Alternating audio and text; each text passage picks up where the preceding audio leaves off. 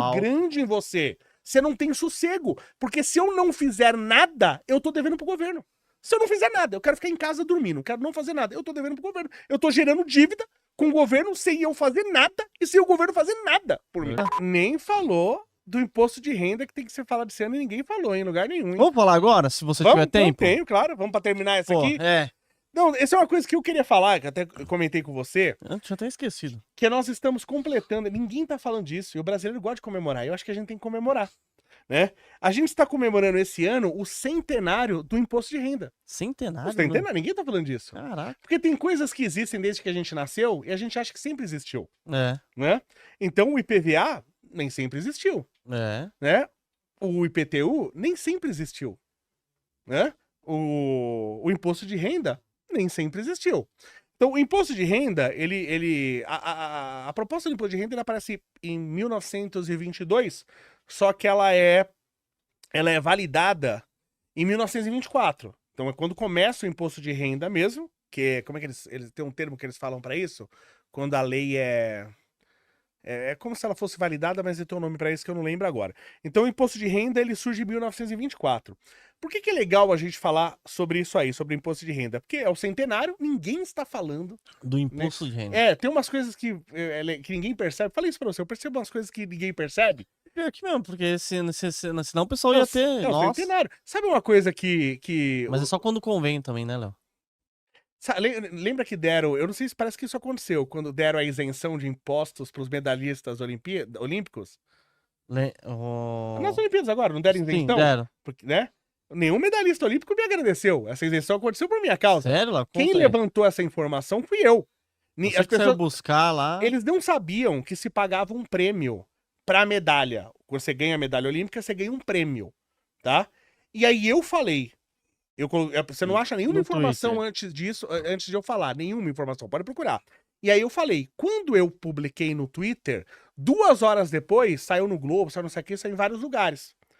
E aí começou uma baita da polêmica, porque eu fiz uma provocação com isso, né? Falei, pô, olha quanto que estão pagando pro atleta olímpico. E ele ainda vai pagar imposto, porque o taxado ainda vai roubar, ainda vai pagar, vai cobrar imposto em cima do prêmio do cara. Ainda falei assim, acho que o Felipe Neto tinha que compensar isso aqui. Ainda fiz uma provocação com ele, que é um babaca do caramba, né? Fala que ia apoiar e tal, não sei o quê. E isso deu uma viralizada. E aí começou a sair em vários jornais e tal, não sei o quê. E ninguém te deu mérito, hein? Ninguém deu, eu sabia, eu tô acostumado. Um monte de coisa eu coloco lá, ninguém percebeu tanto isso. Alguém falou esse ano sobre o centenário do imposto de renda? Ninguém. Ninguém falou. O primeiro lugar que tá sendo falado é aqui. Né? Vamos ver se isso vai virar de alguma coisa. Por que é importante falar sobre isso? Primeiro que, na minha opinião, é criminoso. A gente já fez as contas aqui do imposto de renda. Pra mim é criminoso você cobrar imposto de renda. É uma coisa que não deveria existir. Pra mim é imoral e tal. Mas vamos lá. O imposto de renda, quando ele surge pra fazer justiça social. Eu adoro esse termo. Tem justiça social, justiça racial e tal. Pra você que gosta de justiça, já saiba, não existe justiça racial, social. Justiça é justiça. Qualquer coisa que você anexa à justiça, você deforma a justiça e ela deixa de ser justiça.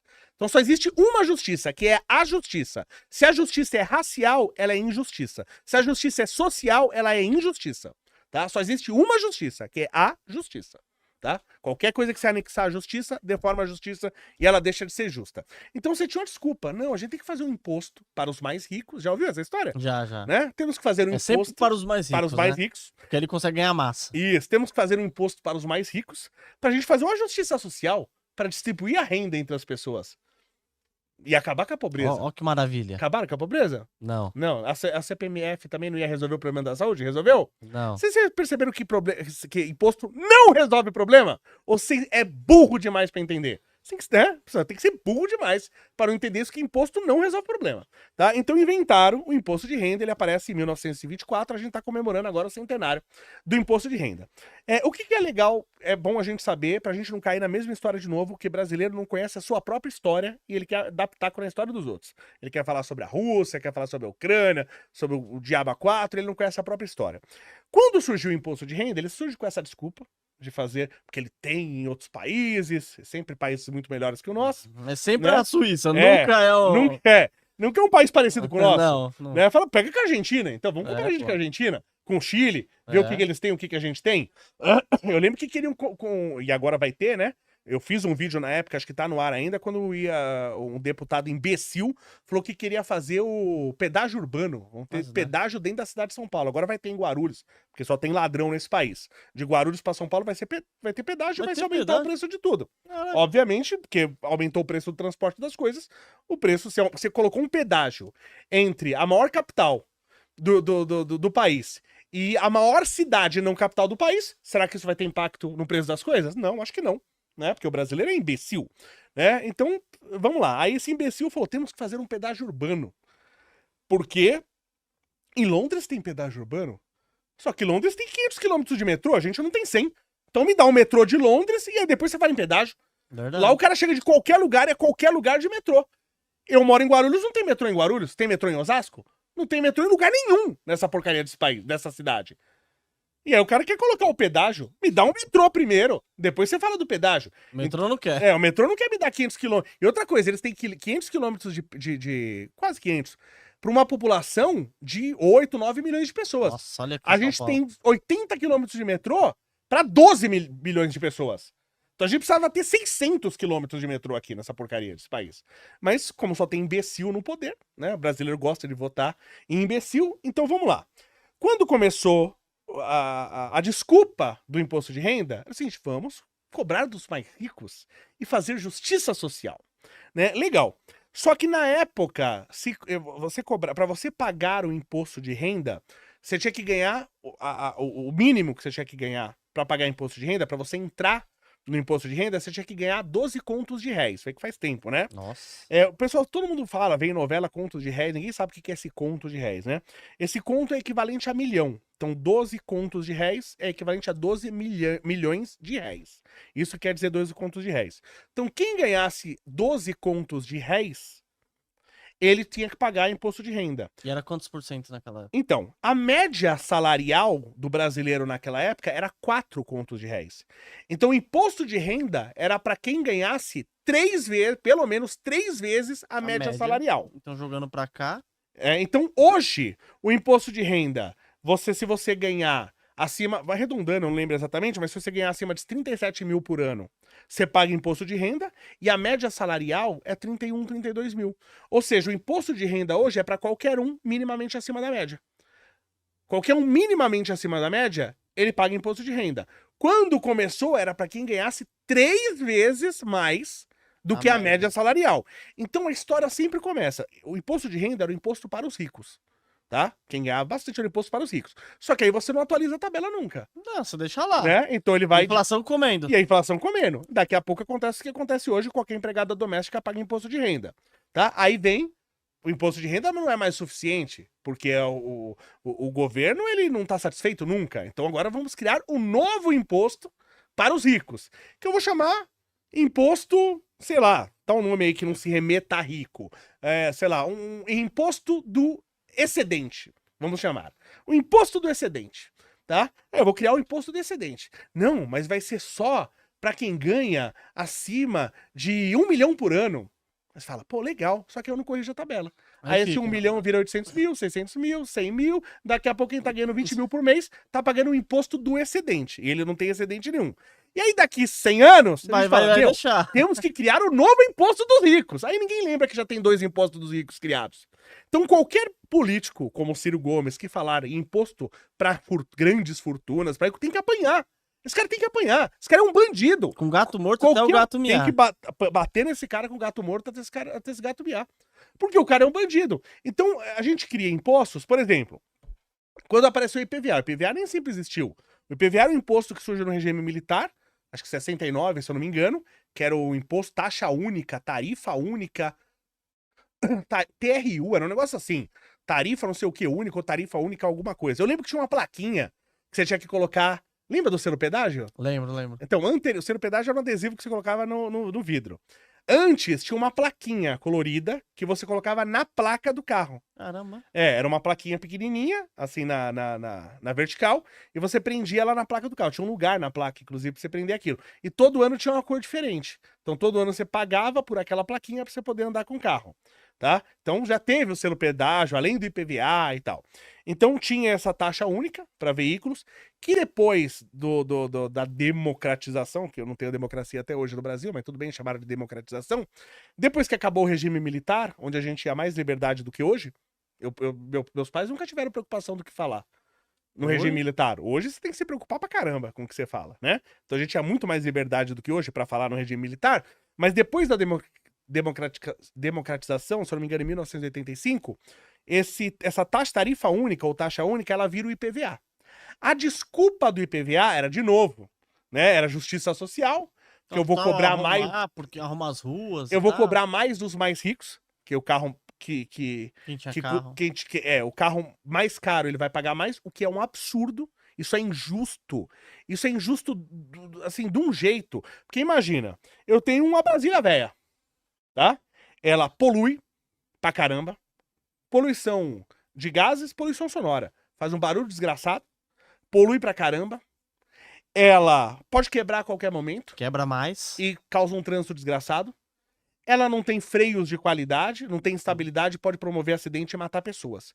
Então essa Brasília, ela me causa um monte de problemas, tá? E ela não paga imposto. Aí o cara pega e fala assim, eu vou trocar essa Brasília, vou comprar um carro melhor, porque eu vou poluir menos poluição, né? Eu vou ter menos chance de o carro ficar parado aí gerando trânsito e gerando um absurdo de poluição, menos chance de eu ter um acidente, eu tô preservando minha família, tô preservando a vida dos outros. Mas se ele conseguir comprar esse carro, ele não consegue pagar o IPVA. Porque o IPVA é em relação ao preço do carro. Então, pro cara fazer um bem pra sociedade, ele paga mais. Ele é punido. Ele é punido por fazer o bem pra sociedade. Você entendeu? E a desculpa do IPVA, além da justiça social, porque nos Estados Unidos você paga de acordo com o peso do carro e não com o preço. Pagar em relação ao preço é um absurdo, né? Então, quando surgiu essa história de imposto para carro, a desculpa é o seguinte, não, gente, se a vantagem da gente ter um imposto, um IPVA aqui no Brasil, é que no Brasil aí a gente nunca vai precisar ter pedágio. Cheio de pedágio. Então, eu tenho IPVA e tenho pedágio. O mínimo de justiça, eu não vejo nenhum deputado fazendo isso. Se um dia eu for deputado, não quero ser, mas se um dia eu for, queria pôr essa lei, era o quê? Já que tem essas palhaçadas, tudo que você paga de pedágio tinha que ser descontado do seu IPVA. Verdade. É óbvio isso ou não? Óbvio. É? Fazer igual o 38. É ou não é? É assim ou não é? É ou não é? É ou não é? Rapaz. É ou não é? Tô pagando pedágio, tem que ser descontado do IPVA. O que eu tô pagando de pedágio é ou não é? Porque eu tô pagando pro setor público pra ele fazer um serviço que ele não tá fazendo. Se eu tô pagando pro setor privado, então por um serviço que eu já paguei pro setor público, o setor público tem que me isentar daquele valor. Isso é óbvio. Isso é óbvio. Tá? Mas ninguém fala isso, tá? Então é bom, pessoal, vamos comemorar. Peço o pessoal para comemorarem o centenário. Deixa os comentários aqui, comemorem. Comemora o centenário do imposto de renda, tá? Saiba que o imposto de renda já foi o imposto para as grandes fortunas, para os mais ricos. Então querem criar um segundo, depois vão criar um terceiro, depois vão criar o quarto, porque o Estado não recua, ele só avança. Então ou vocês votem em alguém que vai tirar o Estado do seu pé e você vai ter paz. Porque você não pode ter paz, porque você acorda todo dia devendo. Porque eu tô devendo IPTU, eu tô devendo IPTA. Você já acorda negativo. Você acorda negativo todo dia. Então imagina o seguinte, eu falo, IPTU não tem que existir. Imagina que sua vida tá uma desgraça, tá? Uma vida, você perdeu tudo, você tá em depressão, você fala, eu não aguento mais, eu preciso descansar um pouquinho.